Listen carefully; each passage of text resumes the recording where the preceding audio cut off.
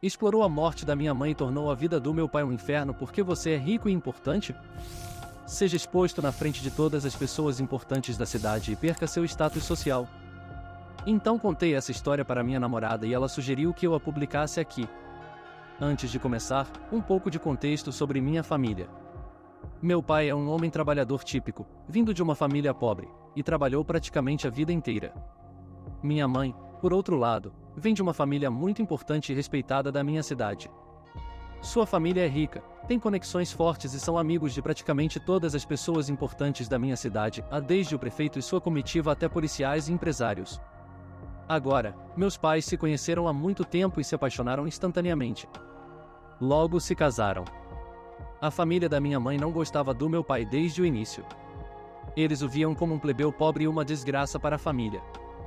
Quando meu irmão e eu chegamos, eles também exigiram que fossemos nomeados com nomes de membros da família deles, já que teríamos o sobrenome do meu pai, e assim por diante. Você entendeu? Uns idiotas snobs e arrogantes. Quando eu tinha 8 anos e meu irmão 9, nossa mãe foi diagnosticada com câncer. 3 anos depois, ela faleceu. Meu pai esteve ao lado dela o tempo todo. A própria família dela, não. Sua irmã, a minha tia, sempre estava ausente em alguma recepção formal e sempre alegava estar ocupada, e sua mãe, a minha avó, afirmava que estava velha demais para se locomover, embora sua saúde estivesse perfeita. No total, eles mal visitaram minha mãe durante 3 anos. No dia em que minha mãe faleceu, ficamos arrasados. Meu irmão e eu choramos como bebês, na verdade, éramos crianças, com 12 e 13 anos, respectivamente, e nosso pai estava destroçado. Então tudo aconteceu. Algumas horas depois, meu pai recebe uma ligação. Era da minha tia, dizendo que precisavam se encontrar imediatamente. Então ele foi encontrá-los. O que se seguiu foi uma loucura. Minha tia, com o advogado ao seu lado, começou a atacar meu pai, dizendo que agora que sua esposa estava morta, ele era incapaz de ter a custódia das crianças, eu e meu irmão, e que eles deveriam cuidar de nós. Meu pai ficou furioso e disse não. Eles responderam no dia seguinte com mais perturbações e abusos. Vale ressaltar que o funeral nem tinha acontecido ainda. Isso continuou por anos. A cada vez, demandas diferentes. Acabaram acusando meu pai de agredir minha tia, o que fez muitas pessoas nos virarem as costas. Começaram a enviar documentos legais para meu pai sobre o que eles poderiam fazer, etc. Depois, eles tentaram tirar nossa herança com base em coisas estúpidas. Acabamos descobrindo que parte do dinheiro reservado para nós tinha desaparecido de repente, então eles nos ligaram e ameaçaram meu pai, dizendo que se ele não desse a custódia, não nos dariam o dinheiro. Graças a uma lei estúpida do meu país, eles podiam fazer isso. Meu pai se sentiu um lixo. Muitas vezes o pegávamos chorando em cima de pilhas de papéis, ou batendo a cabeça na mesa desesperado. À noite, podíamos ouvi-lo chorando do nosso quarto e não podíamos fazer nada a respeito. Eles tornaram a vida dele um tormento. A única coisa que o manteve são foi meu irmão e eu. E ele foi um ótimo pai. Ele nos sustentou e, apesar de seu estado mental estar péssimo, ele foi um pai incrível. Dá um salto de 10 anos. O abuso parou, meu pai encontrou uma namorada incrível e eles são felizes juntos, tanto meu irmão quanto eu fomos aceitos na universidade e estamos nos saindo bem. A família da minha mãe parou de falar conosco e, toda vez que eles tentam entrar em contato, nós prontamente ignoramos. Até este verão. Você vê, neste verão meu primo se casou. Eles nos convidaram para o casamento. Quando digo nós, quero dizer eu e meu irmão. Então aceitamos e começamos a traçar o plano. Porque em meu país casamentos são um grande negócio e muitas pessoas estariam lá. E também por causa do status social da família da minha mãe, as pessoas mais importantes estariam presentes. Então decidimos usar isso a nosso favor. Veja bem, muitas pessoas não tinham a menor ideia da história completa, apenas as partes que eles contaram a elas. Era hora de expor tudo. O grande dia chega e estou completamente preparado. Vou para a igreja e vejo as pessoas lá fora. Então meu irmão chega e sabemos que as coisas estão prestes a acontecer. A recepção começa e esperamos pacientemente para que acabe e a festa comece. Na festa, a que foi realizada em uma mansão enorme fora da cidade, todos estão presentes. Avistamos minha tia e minha avó em um grupo de pessoas. Uma dessas pessoas é o prefeito. Bingo. Então nos aproximamos deles de maneira amigável. Minha tia apresenta as pessoas dizendo as coisas habituais, vocês conhecem meus sobrinhos, etc. Então começamos a ouvir a conversa um pouco. Como prevíamos, eles começaram a falar sobre meu pai, como ele era horrível, como ele explorou minha mãe e como temos sorte de termos saído bem diferente dele. Aquilo me deixou furioso. Ergui meu copo, olhei nos olhos da minha tia e, no meio de todo o grupo das pessoas mais ricas, importantes e prestigiadas da minha cidade, eu disse, e na verdade, desatei toda a história, ao mesmo tempo em que elogiava meu pai e criticava minha tia e minha avó. Se eu deixasse algo de fora, meu irmão completaria. Depois que terminei, um silêncio completo tomou conta. Minha tia estava vermelha de raiva, minha avó à beira das lágrimas, todos os outros chocados. Eles começaram a olhar para elas com desgosto e raiva. Meu primo pequeno, anão que estava se casando, que não tinha ideia da situação toda, só queria sair dali e perguntava constantemente à minha tia e mãe, é verdade? A história foi apresentada com tantos detalhes que elas nem podiam negar nada. Então, soltamos a bomba. Pelo menos nós estamos bem, nossos estudos estão indo muito bem, tudo graças ao nosso pai. Aquela última frase foi para cutucar a ferida delas. Então as deixamos em estado de choque. Depois, ficamos sabendo por outras pessoas que todos viraram as costas para elas, elas se tornaram a vergonha da cidade e acabaram isoladas em suas mansões chiques. O prefeito cortou todos os contatos com elas, assim como todos os empresários e todo mundo, na verdade. A grande bomba foi quando um negócio que elas possuíam fechou porque ninguém mais queria financiá-las. Sinto apenas pelos funcionários delas, que ficaram sem emprego. Outro golpe forte veio quando o Conselho Municipal, claramente seguindo as ordens do prefeito, removeu as placas comemorativas de alguns prédios em que elas haviam doado dinheiro. Aquilo as destruiu por dentro. Elas tentaram se reconciliar depois, mas nós as ignoramos.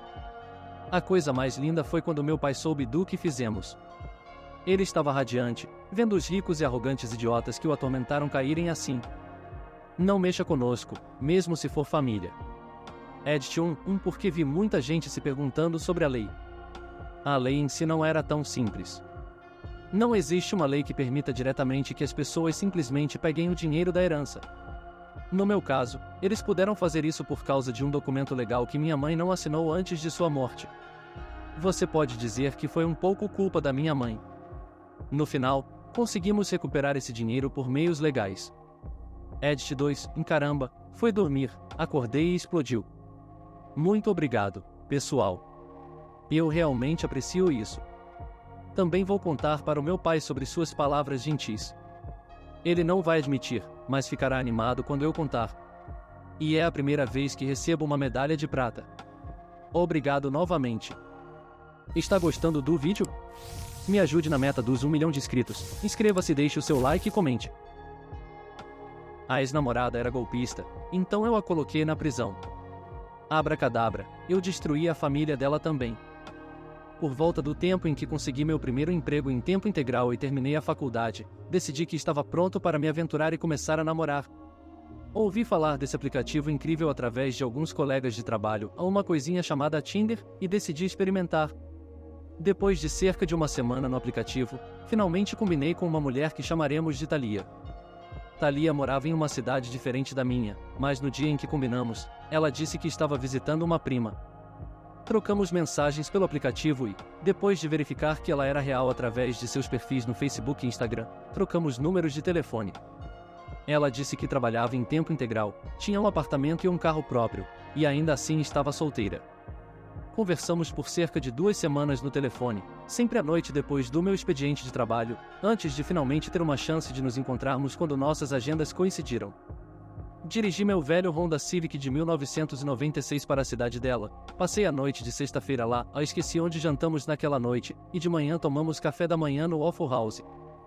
Thalia realmente tinha seu próprio apartamento, mas morava ao lado da avó, a quem tive que conhecer de forma meio constrangedora na manhã seguinte. Descobri com Thalia que o carro na verdade estava no nome da avó e o apartamento estava no nome de sua prima. Ela foi tão longe a ponto de me mostrar retratos familiares, com sua prima, falar sobre seu ex abusivo e até mesmo me contar como a lavanderia dela estava infestada de moscas e baratas de forma constrangedora. Mudamos oficialmente nossas redes sociais para relacionamento sério naquele dia. Vale ressaltar que esse foi meu primeiro relacionamento em quase 4 anos, então eu estava animado. O golpe. No mesmo dia, Thalia me contou que tinha sido demitida do trabalho cerca de uma semana antes, mas estava muito envergonhada para me contar. Perguntei como ela estava conseguindo pagar as contas e ela disse que a avó e o pai estavam ajudando a. Thalia me pediu para ajudá-la a fazer o pagamento do carro, que vencia naquele fim de semana. Eu recusei. Então, ela explicou que poderia fazer um empréstimo de salário, aqui é proibido em nosso estado, e depositá-lo na minha conta corrente. Fiquei desconfortável com isso e perguntei se havia outra maneira dela conseguir um empréstimo. Thalia disse que não podia usar as contas da avó ou do pai porque eles já tinham passado para trás no passado.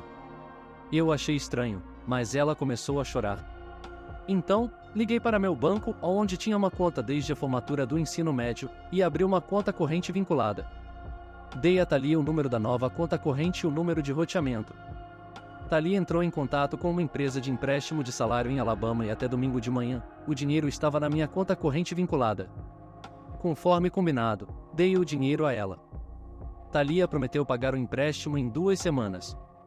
Eu tinha minhas dúvidas, mas voltei para casa e retomei o trabalho na segunda-feira. Thalia me ligou na quarta-feira e disse que tinha arrumado um novo emprego.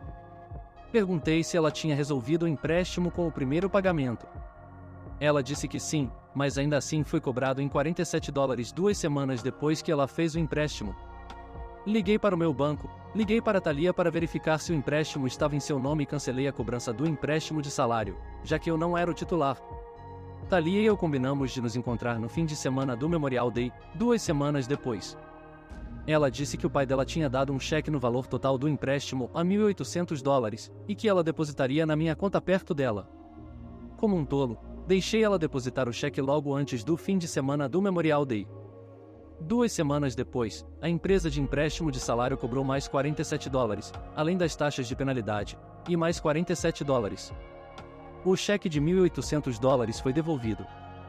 Thalia parou de atender minhas ligações e me bloqueou em todas as redes sociais. Liguei para o meu banco e informei que fui vítima de fraude. Em questão de horas, minha conta corrente principal, onde meu salário era depositado, minha conta poupança, com $800 economizados para um carro novo, e a nova conta corrente foram fechadas. Meu melhor amigo da faculdade, vamos chamá-lo de Clark, descobriu que Thalia tinha 2 contas de redes sociais para cada perfil, em uma que ela compartilhava comigo e outra em que ela tinha um namorado.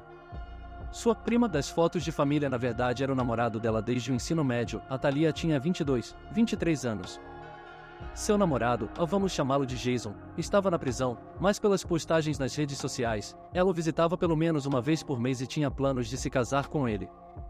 Passei dias tentando recuperar minhas contas e meu dinheiro.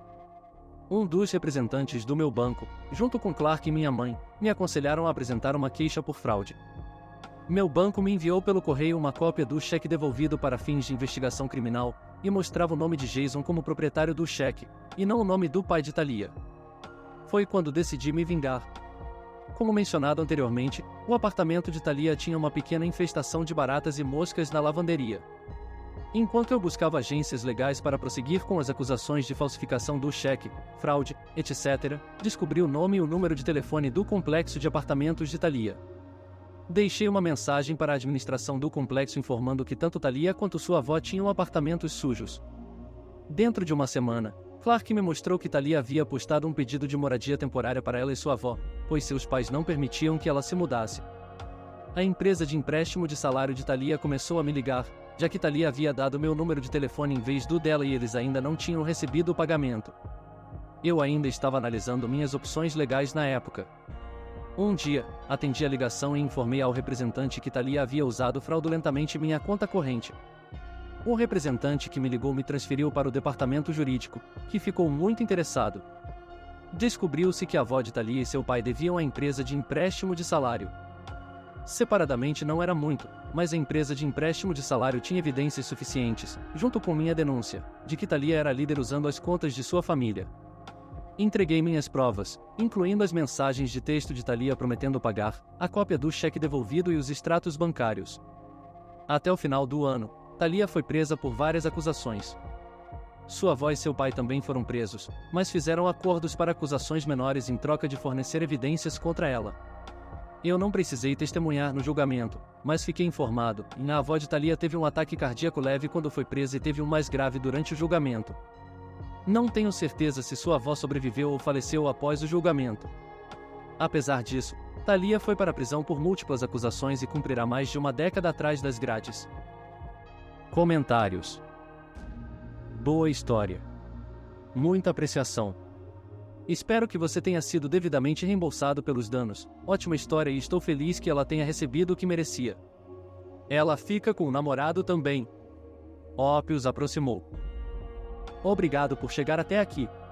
Assista mais vídeos clicando em uma das opções na tela. Até a próxima!